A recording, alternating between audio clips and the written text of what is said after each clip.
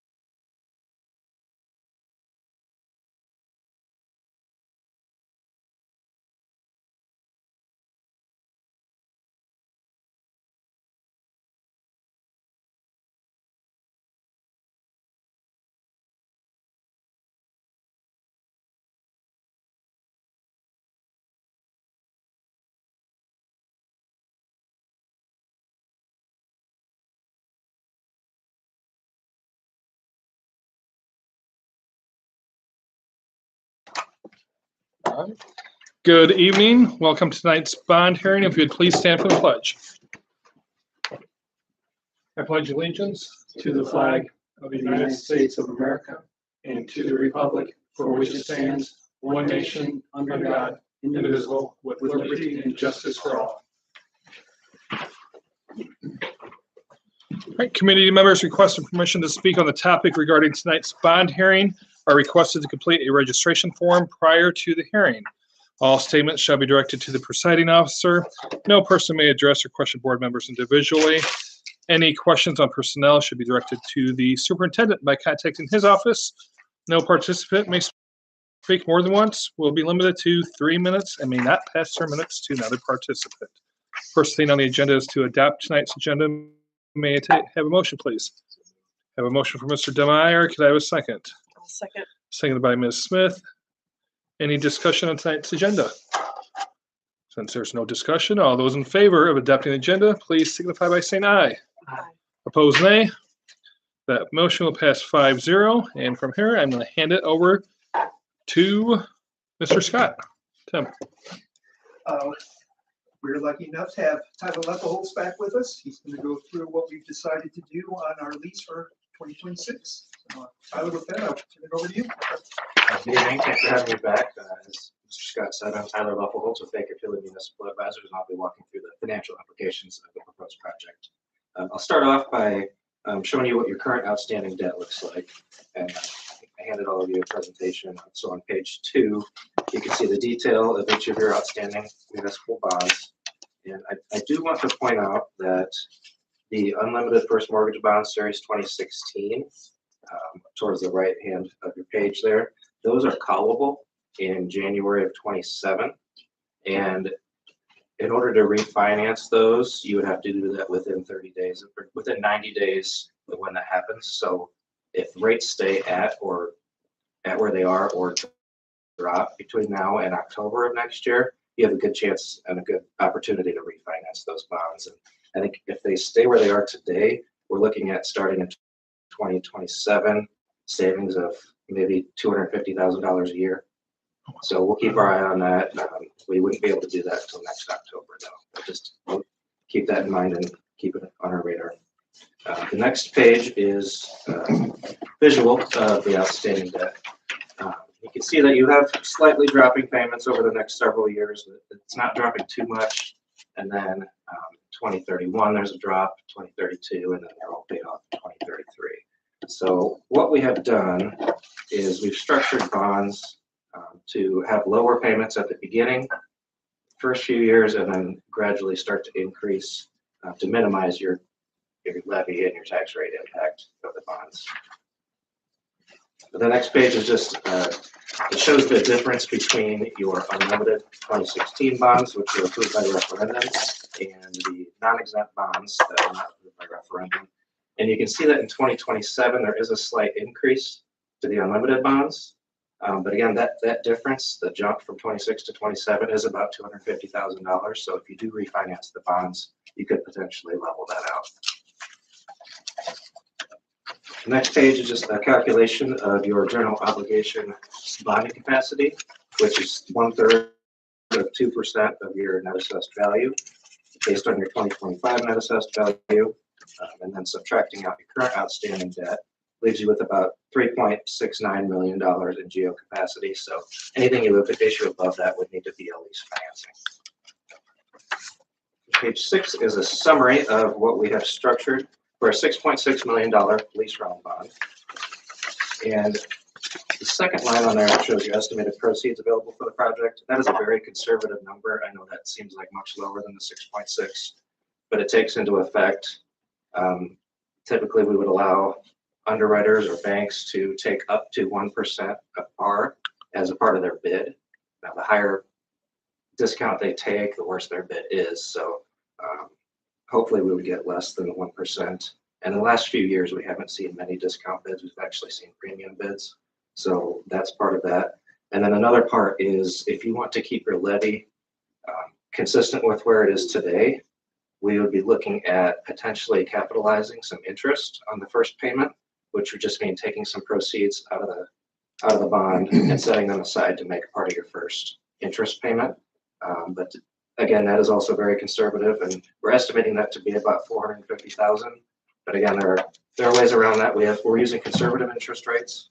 So if the rates come in much lower than what we're anticipating or what we're using here, it'll be much lower than the 450,000. Or if you'd be okay with raising your levy a little, you could eliminate that 450,000. So between now and when we sell bonds, we can potentially lower that.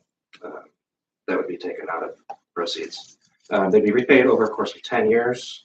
And using conservative interest rates of 5%, we'd estimate total interest expense over the life of the bonds to be about $2.43 million. And then we would anticipate that this would not increase your levy if you do take some of that capitalized interest out of the proceeds. And then depending on what happens with your net assessed value over the next few years, if it stays pretty consistent with where it is today, we wouldn't anticipate a tax rate increase, but with the new legislation and potential for declining net assessed value, you could see potentially some impact to your rate. And I believe as of today, St. Joe County still had not released AV. I know that Port County, I think you were down about 1.5% in 2026. We have seen some schools around the state have been increasing. The ones that are decreasing haven't been much, but we'll see once St. Joe County releases their AV where you are next year. The next page is just a visual of what that would look like alongside your outstanding debt. The gold bars would be the new debt, and that shaded area in 2027 is that $450,000 that if we do get, I wouldn't anticipate 5% interest. But if we do get that, and if you want to keep your levy where it is today, that portion would not be something that you would levy for. Just you'd be setting it aside at closing to make that first interest payment. But again, we could potentially minimize that to potentially zero, depending on what you decide between now and when we sell the bonds. But you can see that we're doing interest only for the first couple of years and then gradually increasing the par amount, or the principal amount that you pay back each year. And then those would eventually be paid off in 2035. That is all I have, but I'm happy to answer any questions that you have.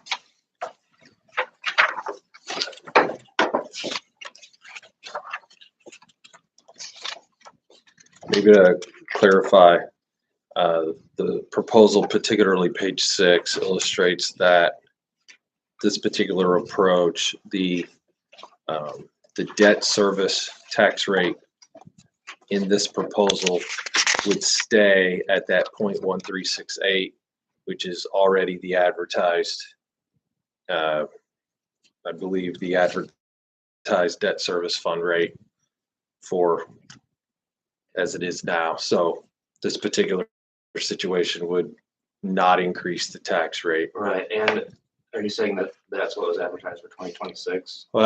Actually, I'm talking about 2025. We don't have 2026 yet, do we? Right. I'm sorry. So 2025. Yeah. Assuming your net assessed value stays level, we would assume it would stay around that. We're anticipating no increase to your levy, but if so, we don't know next year yet. But these wouldn't start being paid back until 2027 because we're looking at selling these early next year, and the first payment would be in 2027. If your assessed value does drop in 2027, we'd anticipate it might come up a little bit, but we are looking at not increasing your levy. Okay. And the capitalized interest aspect, was that a factor in keeping that tax rate at the same number? Did I understand that correctly? That we were just looking at keeping your levy where it is today. Again, we don't know what's going to happen with net assessed value, so it could potentially go up a little bit. If you want to keep your levy where it is today, we were looking at potentially capitalizing some interest. But again, that was conservative interest rates, and if you would want to increase your levy maybe for 1 year to be able to capture all that in proceeds and not set any aside, that would have as well. Okay.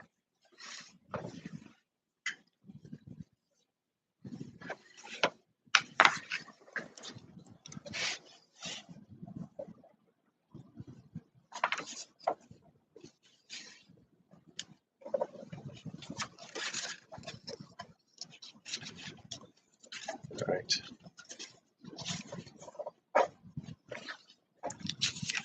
Any other questions for? Yes, not at this very moment, no. Okay. Thank you. I think you want to hear from Yeah, so, Scott on yeah.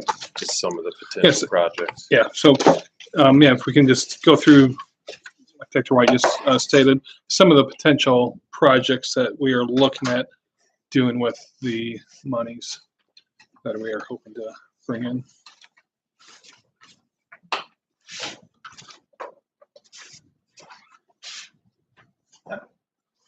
Some of the different ideas and things that have come up. This one's a little more recent here, but talking to Ed Aiken last week, they think we finally figured out what's causing all the trouble with the chiller at the high school. To fix it correctly, they're estimating, we're supposed to be getting final numbers on this pretty soon, the bid. Expecting that's about $400,000 to fix the chiller problem at the high school. Basically, Ed can explain this a lot better. The way that PSI drew it up is they drew it up for a way for us to save money. Well, to save money was to control the flow that goes through the chillers. Well, controlling the flow doesn't allow them to pump properly to where they have to work extra hard and causes issues. And that's what we've been blowing out the chillers left and right. But that would be, they're estimating right around $400,000. Another project, we were hoping maybe start this year. We put it on hold for a little bit. We have several roofing projects to do above the high school gym and the wrestling area. Would cost about $400,000. Ed's telling me we also need to do the roofing area over the pool, again at the high school. So that costs about $200,000. We are getting close now, that's about 20 years old, to having to replace the roof of the middle school. This one's interesting because Ed's been told the way the roof is built, this can be done by sections. So it doesn't have to be one project all at once. And so we can basically break this into 5 different projects. So total projects about $1 million, but doing them chunk by chunk, piece by piece, roughly around $200,000 each if we want to start spreading those out. In our current schedule, we kind of look to do a bond every 3 years. We might do 1 or 2 of those, and then the 2029 bond, if we get that far, could handle the rest of it. There's no immediate need for this is preventative maintenance that Ed's just planning ahead before we have issues with the middle school. The one thing that was on the list when I came in 2022 that we have not addressed is that flooring at the middle school. They've got the carpets kind of torn up. Ed said if we do this, he would like to move away from carpeting to something else, but he's estimating that would be about $180,000 to do the floor at the middle school. I brought up last time that we have that generator behind the middle school that's on a concrete pad that is slowly disintegrating the pad. To fix that would be about $50,000 to replace the pad because we would have to bring like a crane in to lift the generator and then do the pad. Ed thought it might be better just to do the whole thing, to replace the pad, new generator, the whole thing for up to $120,000. Ed would like something simple to store our salt for the winter. Currently, we just dump it back by the football field.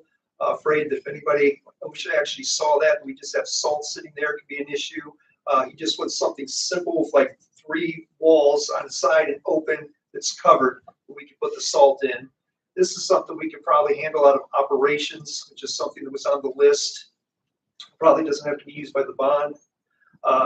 Ed also thinks since we're getting close to having to redo this parking lot right out here, you can see there's a lot of cracks in it and everything. Ed thinks if we don't do anything the next couple years, we'd have trouble taking care of this lot. And then the air handler at Rolling Prairie to get things fixed around there, estimated around $80,000. If you look at all these maintenance projects, we're looking at about $2.4 million. Again, we do have a little bit of leeway looking at the middle school roof. Something we brought up before also is, do we want to use any of this for transportation and buses? Right now, we're paying a little less than $150,000 per bus. Right now, we've been spending or buying about 3 buses per year, which would be at a cost of about $450,000. If you look, we do a bond about every 3 years. Buying those 9 buses over a 3-year period cost up to $1.350. The last several years, we've been using interest money. This covered our buses. This year, with what 4 months, no, 3 months to go, counting interest. We've collected like $490,000. The 3 buses we bought are 492. So we're going to be a little bit ahead this year. I know, I think they dropped rates just a little bit today. So will we be able to continue buying buses with interest? Maybe not all 3. Again, this is something that we could do, but if interest rates stay where they're at, we could be in shape where we don't need that money for this. So the last several years, we've been getting by in interest money to buy our buses. Interesting one is this multi-purpose field, that area back behind the soccer field. The quote we received was for $2.6 million. That goes up a little bit if they do a special soil stabilization where they come in, treat the ground, make sure it's packed in so there's no sinkage, warping or anything. So it goes up a little bit. There's also different types of turf. A turf upgrade would cost an additional $100,000, but it also extends the warranty by 2 years as well. I think the basic one is 8 years. The upgrade would put it up to 10. They did include a light package on this for an extra $530,000. But if you take out the lights, we're looking just under $3 million for this project. But again, if we add lights later, there's also 2 machine pieces you have to buy to maintain this turf. One's like a brush and one's more like a vacuum. Those 2 things together are about $15,000, not very much money. All right. Talking to our technology director and curriculum director, a couple things have come up is that our clever touch boards in most of our classrooms, several of them have reached about the end of their life. I think we've got 3 or 4 that are down right now. We've already looked to replace those. To get 80 of these clever touch boards, which would replace all of them throughout the corporation, would be a cost of about $174,000. We've already ordered a chunk of these through the operations fund to replace those ones that have broken down, to try and get those replaced as soon as possible. Also, and then the big one coming up next year, we're ready for iPads. And Corey putting together things to get new iPads, I think like 3,300 of them. With the new cases that are a little heavier but a little stronger, which gives better protection, and the Apple Care insurance is going to run about $1.5 million. This does not include that Corey's estimating that the buyback plan to sell the ones that we have, he thinks we could get up to $300,000 for the existing iPads, selling them to somebody else. So we're really looking at about $1.2 million for this. Last year, at the end of the calendar year, the state got rid of the curriculum fund, 0900, and with that and our payback, we had about $1.4 million. And so we're kind of sitting on that we do have $1.4 million that's right now in the education fund that we kind of earmarked for this. So again, this is something I think we have covered if we don't want to use the bond payment for it. Something that will need to be addressed is when I first came in July of 2022, we did that technology upgrade for $1.8 million, and we did it with a 5-year lease payback plan. So we used the 2023 bond to pay off, 23, 24, 25. There's just about enough money to cover our payment in April of 2026. But this last payment, the 5th one, which would be in 2027, we do need $360,000 there to finish that upgrade payment on the lease. Always looking at safety issues. We've replaced several things, server and stuff. Corey's estimating that to maintain and buy new cameras, we could use up to $50,000. Again, I think this is something we could probably cover through the operations fund over several years. It's just something that's been on the table that we need to do. And then Ed's brought up that looking at our elementary gyms, they could use some work. Looking to possibly replace the floor at Rolling Prairie. Ed's got that price around $30,000. And both Prairie View and Oliver needed some refurbishing. He thinks it'll be about $10,000 total, $5,000 each. So this is what we have as a list of possible projects. Tyler went through that conservatively. This is what we could be getting from the bond. I know, Robert, we were talking about 6.6. We're probably looking closer to 6 million. So this is what the board needs to decide if they would like to do with that $6 million. This is our list of proposals of what we could use that money for.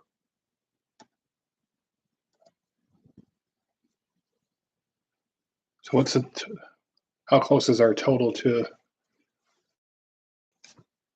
Well, the lake? so if I've got 2.4 and 1.35, we're looking at, okay, there's 3.8. I'm gonna say we're not doing the lights, if that's okay. Now we're at 6.8, because we're not, oh, I'm sorry. If we don't do the athletic field, there was talk about doing turf baseball and turf softball. We also received quotes for those. It would be 1.3 for the baseball field, 562,000 for softball. But then if we start looking at the technology, again, I think we've got this one covered, 360. We've probably got a little over $7 million in projects. 7.1 million. We're going to bring in about 6 over time. And again, that is counting doing the roofing project at the middle school, which we should be able to spread out over several years. So if we can do this, if somebody wants to donate $1.1 million, we can take care of everything. Right. And then with the buses, That was including all the buses. that And I'm includes hoping all that, buses over the entire yes, 3. I put in 3 years, 9 buses, and that total as well. So again, And that's, but 1 year's already paid for because we have the interest for it. Or that's paying this past year. this So year. now, We that's ordered right. buses in January. They're telling us we might get them by November, which would be good. With that money, we've already, the buses we ordered in 2025, I have interest money to cover that. Right.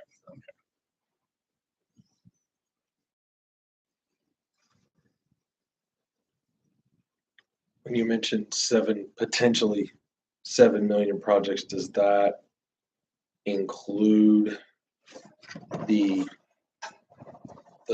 listing of the baseball, softball, turf? That was doing the Field for- that was just the multi-purpose field with the Okay. soil stabilization and upgrade, no lights. It Okay. did not include the turf baseball. All right. I didn't think so. I just wanted to clarify. And I guess part of what we need to look, like the multi-purpose field creates that second playing field that our baseball and softball programs so desperately want, in addition to field and room square footage for a variety of other programs, from soccer, band, girls flag football. That, yeah, okay.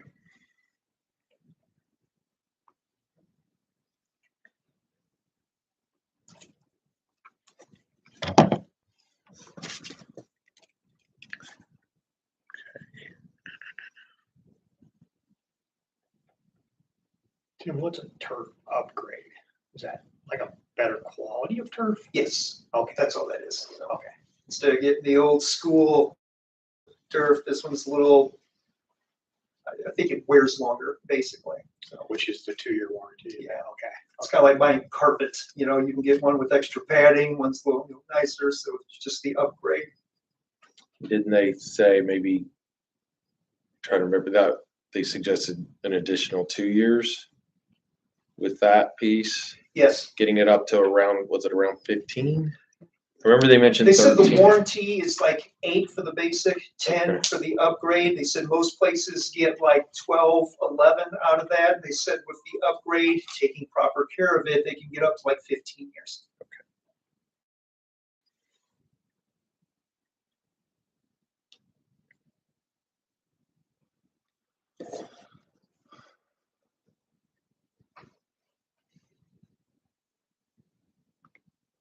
All right.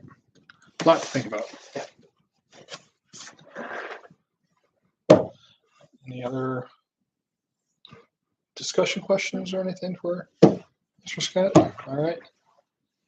Well, it's a very good start. So we got a little bit of time before we have to finalize any of those plans, correct? Correct, yes, leading into, this, a second hearing Right. where, And the public hosting, we put in general, we have several roofing projects, paving projects, and we put transportation for the buses. I think we did include athletic fields possibility, whichever, so we basically gave general description. So we're gonna do a turf baseball field or a multi-purpose field, that athletic field upgrade is in there. Right. Well, thank to both of you. If there's no other board comments or discussions, we'll be meeting back here again, well, not here, at Olive Township Elementary on Monday, the 22nd for our regular board meeting. The regular meeting starts at 6 o'clock and followed by another work session at 6:30. And since there's no other further business, I will adjourn this meeting. Thank you.